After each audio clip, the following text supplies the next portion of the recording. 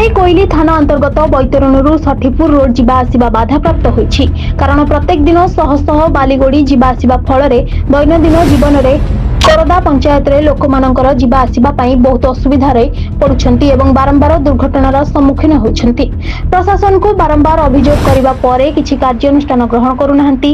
आज सकाळे कोरदा ग्रामर समस्त जनसाधारण लिखित अभियोग करिछंती।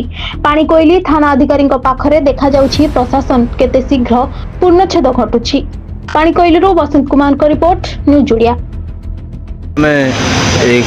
पाणीकोइली थाना रे आमे लिखित आकार देइथिलु रास्तार जो शोचनीय परिस्थिति सठीपुर बरुंडी रास्तार तार कदर्य परिस्थिति सत्वे भी गतकाली जो गोटे बहुत बड़ एक्सीडेंट है जो एक्सीडेंट रे आमर हाबेलेश्वर समणार जड़े व्यक्ति बहुत सीवियर गुरुतर होती तार भय भितर आज आम सका गाड़ी बंद करने बाध्य हलु एवं गाड़ी बंद करापर पाणीकोइली थानार ऑफिसर माने जाई आमको सांत्वना देइछंती जे आपण लिखित अभियोग दियंतु।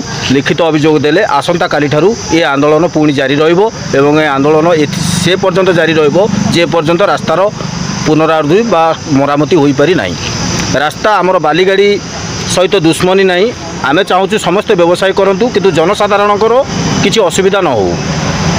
Thank you. आपण माने समस्ते एकत्रित होइकी जो आसिले थाना को कौन चाहते प्रशासन तो कौन दरकार प्रशासन ठारू आम चाहूँ आम रास्तार रास्ता काम हो जनसाधारण मान असुविधा न पड़ू आम्बुलांस शिक्षानुष्ठान जमी सुरखुरे चली पार आम ता ही आशा करूँ।